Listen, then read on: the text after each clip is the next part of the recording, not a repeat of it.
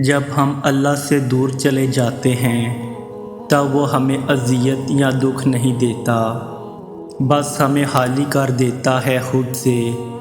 پھر ہر نظر آنے والا منظر اور ہر سنائی دینے والی آواز تکلیف دینے لگتی ہے، اور زندگی کی مسافتیں اتنا تھکا دیتی ہیں کہ تھکن سے روح ریزہ ریزہ ہو کر بکھر جاتی ہے۔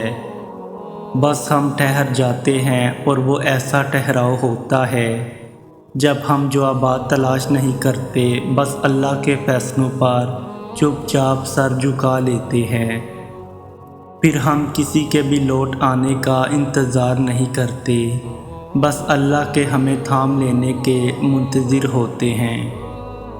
پھر صبح کے اجالوں سے کوفت آنے لگتی ہے، اور رات کی تاریکیوں میں ہم سکون تلاش کر لیتے ہیں، اور جب یہ ٹوٹا ہوا دل اللہ سے جا لگتا ہے تو وقت تہجد آنکھ نہیں لگا کرتی۔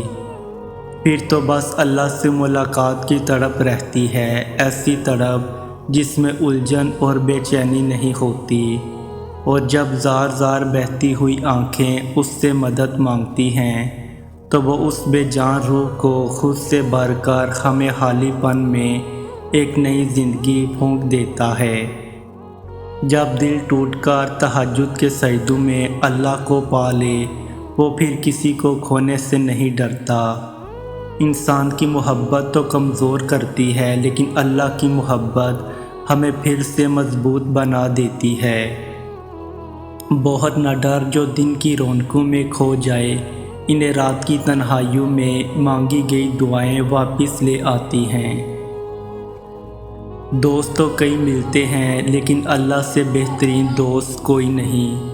وہ ایسا دوست ہے جو بغیر کہے ہی سب کچھ سمجھ جاتا ہے، جس کو منانے کے لیے نہ لفظوں کی ضرورت پڑتی ہے اور نہ وضاحتوں کی، جو آنکھوں کی نمی دیکھ کر بتا دیتا ہے کہ میرا بندہ رات بھر نہیں سویا، جس سے لاکھ چھپا لو لیکن پھر بھی کچھ نہیں چھپتا۔